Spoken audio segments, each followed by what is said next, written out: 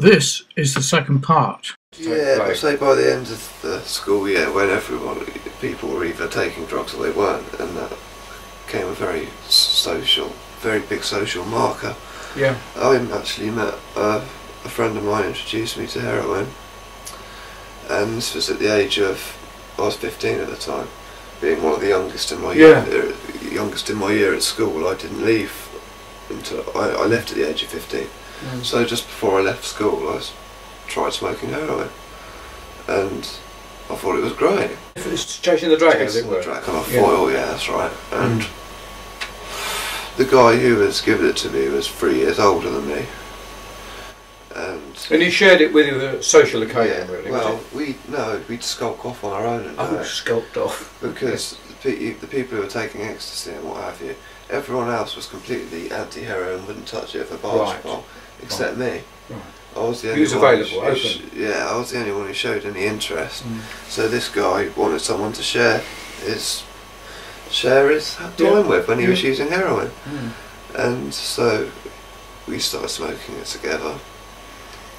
And as I did that, the people who were not using drugs, a few people really did wash their hands of me. It was, I don't want to be associated with a heroin user, goodbye, sort of thing. And that was fair enough. That was the way some people thought, and I can understand that. Maybe they're a bit more intelligent than I was at the time.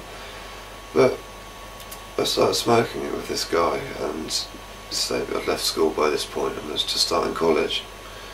And I admitted to another friend in my year that I was smoking heroin. This was, funnily enough, the same friend that I started smoking cannabis with all those years ago. So he's developed as well, And he wanted to start using heroin. Yeah. Still a friend, is he? Yeah. There's a long story there. Yeah, alright, don't worry. Just wonder if he's dead, that's all, Nothing like that. I admitted to him that I'd been taking it in secret, kind of hiding it from the rest of our friends, because there was a big group of about 20 of us. I was born quite a big group of friends who just go out, take ecstasy and speed and just wander the streets of Stubbington. Really? That was the night out. Go out, see how wide you can make your eyes go, and just wander around the streets all night. That was our idea of a good time. Where did you used to go in Stubbington? What sort of places? The library. We used to sit outside the library. Outside the library? That was our main hangout, outside the library. Oh, good. But it was great fun. And you meet youngsters and other people that are some learning, and talk to people. Yeah. Is the village life in Stubbington a close-knit village, or is it? Yeah. It's everyone knows what everyone else. So is you doing. know quite a number of people in Stubbington. Oh, I know. Everyone in Stubbington knows me. Oh, they know you.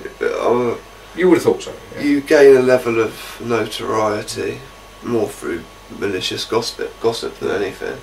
So what you're sharing with me today is we're talking history, reality. Yeah, this is my life. Yeah. And other people's lives too, because what you're talking is what I was doing. Is mapped out. Other people are going through it too, and their friends and relatives. And at the time, by the time I'd left school in say the May of '95, I was selling speed and cannabis. No big time, but just friends. Yeah. I was the guy. All the people you knew. If anyone wanted something, I was the guy you. So you'd help them out, wouldn't you? Really? Yeah. You consider it to be that way. That's right. That's the way it was looked upon. I was just helping them out and making wine for free. I wasn't making money. I was just making my own bit for nothing. And that was just the way it was. And I was obviously got quite well. If you're a drug dealer, you become well known. It's a necessity. You've got to get your name out on the street, otherwise people don't buy off you. And I started to use heroin in secret, and then when I was in college, people who had divided themselves off into the straight category kind of started to take ecstasy, because I suppose leaving school, a lot of people didn't start to blossom socially until they'd left school and got into the college environment. And then quite a lot of people found that drugs were for them. So would you take me, if I allow me to free think here, going to college right, not you personally, because you already made the break, but other people, did it give them the freedom to try it out? That's right. So it was what, like you call a quantum leap.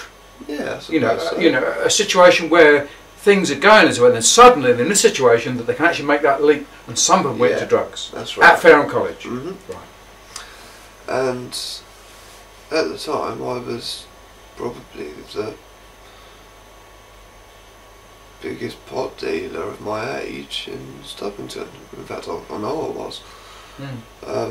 I mean, so people that smoke pot would know who you were, without a shadow of a doubt. That's right. Anyone who smokes a joint between the years of 93 and 97 in Stubbington will know who I am, without a doubt.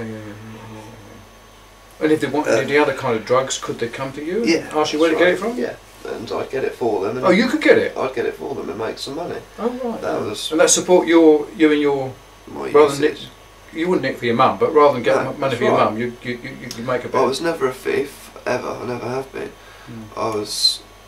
If I could con some money, I would do. Are you working at the moment? No. Do you want to work? No.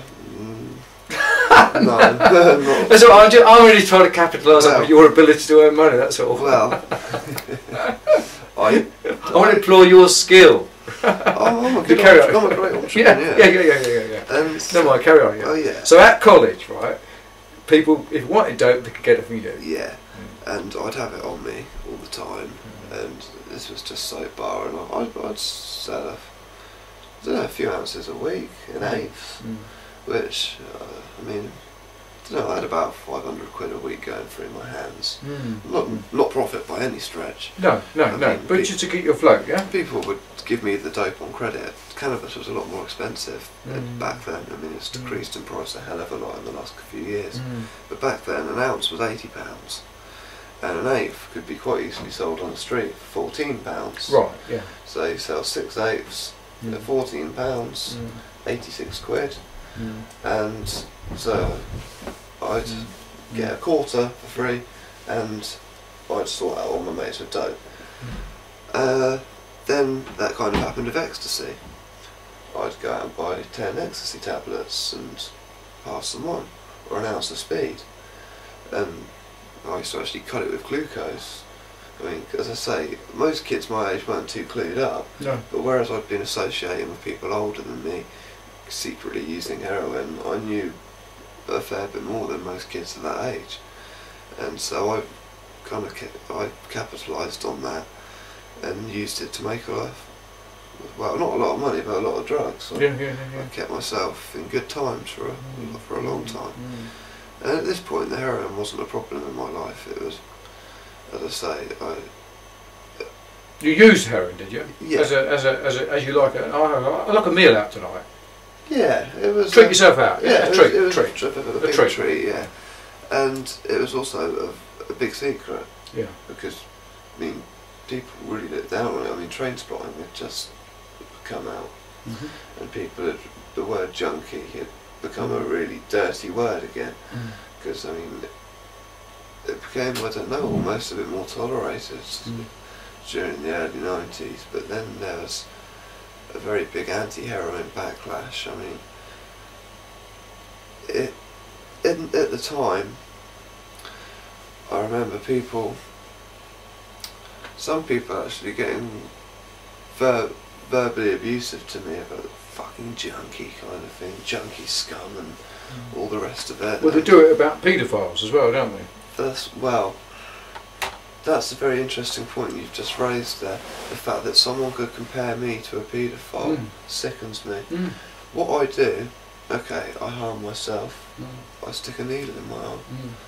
You're not doing to other people. That's my problem. A paedophile takes other people's kids, a young person's wrecks life, their lives, and wrecks it, violates them, and deviates from the world as a whole. Whereas, and how someone can put me in that same category? I know, it's incredible, isn't it? It makes my skin crawl. It really does. But you accept people do. Yeah, oh yeah. I've been classified as it. Not as a paedophile myself, but right. as a dope addict and all, because I try and help my brother who's missed it myself. Yeah, right. People were very against heroin when I was younger, but it didn't bother me. I was a very independent thinker. Peer pressure never got to me. It seems to me, I mean, I've not experienced or anything at all, okay, but it seems to me that the high, now we use the word high, is that okay? On heroin, the level to which you attain on heroin cannot be compared to anything without it. No. Okay? Not at all. The bad side about it is you have to live with all the consequences of being dependent on that high, That's whatever right. it is. Now, if there wasn't a bad side to it, you can't see the reason Why not do why it? not do it. That's right. Yeah, it's only because there is a bad side. Now, people, seems to me, they focus on the bad side. They're not aware of what the good side is. They hit the bad side. Yeah. But that's really the sensible way to do it in retrospect. I mean, at the time, I was convinced that, well, take me at 16, using a huge amount of LSD, ecstasy and speed. So you've been on LSD, have you? Yeah, I mean, LSD came onto the scene when I was about 15, say, just leaving school, and I think I took my first one when I was about 14, but it started to become more commonplace just as I was leaving school, and I was actually the guy who was getting it and selling it. So if people were doing acid, it came from me. It was as simple as that. There was a point where a lot of people stopped dealing and I was just left on my own, so as the only dealer. So I was getting a lot of older people coming to me, as well as a lot of younger people. I wouldn't sell drugs to people younger than me because I was worried about the effects that it might have. Which highlights that I was aware of the dangers of drugs. I just chose to ignore them. I think at that age I thought I was strong enough to really say it's not going to change me. But more for me, I suppose. But yeah, at the age of 16, I was at the weekends for fun. I was taking a lot of ecstasy, speed, and LSD. I mean, to the point where a good Saturday night would have been 5 E's, 4 trips, and 8 trips? Speed. I've done 12 trips in once. A strip of 12 in my mouth, and just sat there and used to ride it. My whole thing was, how far can I push this? What's the limit? Where does it stop getting you more wrecked? Beyond my ken. I love it. I used to get into a state of almost catatonic where I'd be so tripped out that any external stimuli was completely irrelevant. Yeah, I was in Ging world. I was just tripped out of my head. Gong. Yeah, that's it. Ging will gong. Exactly. And I wasn't what you. I mean, people would meet me, and I wasn't even coherent a lot of Saturday nights, and I got this reputation as just a complete space cadet, which I was. Yeah, must have been. And this was every Friday and Saturday night, and 4 of each was what I'd like to do as a minimum. 4 grams of speed, 4 pills, ecstasy tablets, and 4.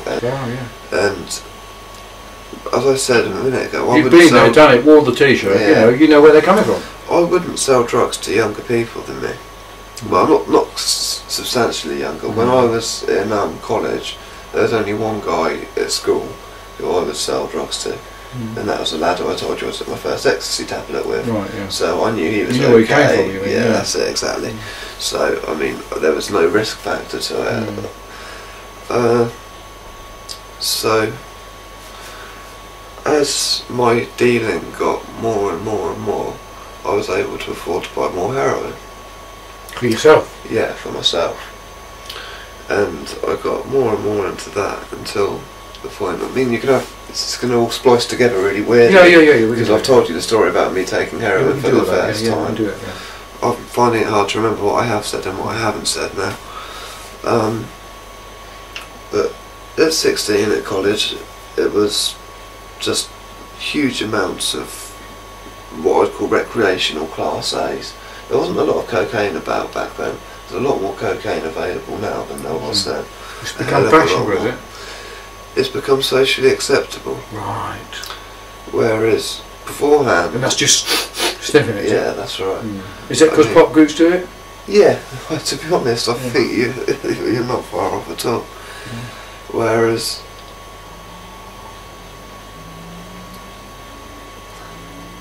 I don't know, kids also seem to have a bit more money nowadays. I mean, hell, I'm talking like I'm an old man now, but I don't remember kids that might, when I was younger, having 60 quid to spend on a gram of cocaine. I wouldn't have it. How could they have it? How could they possibly have a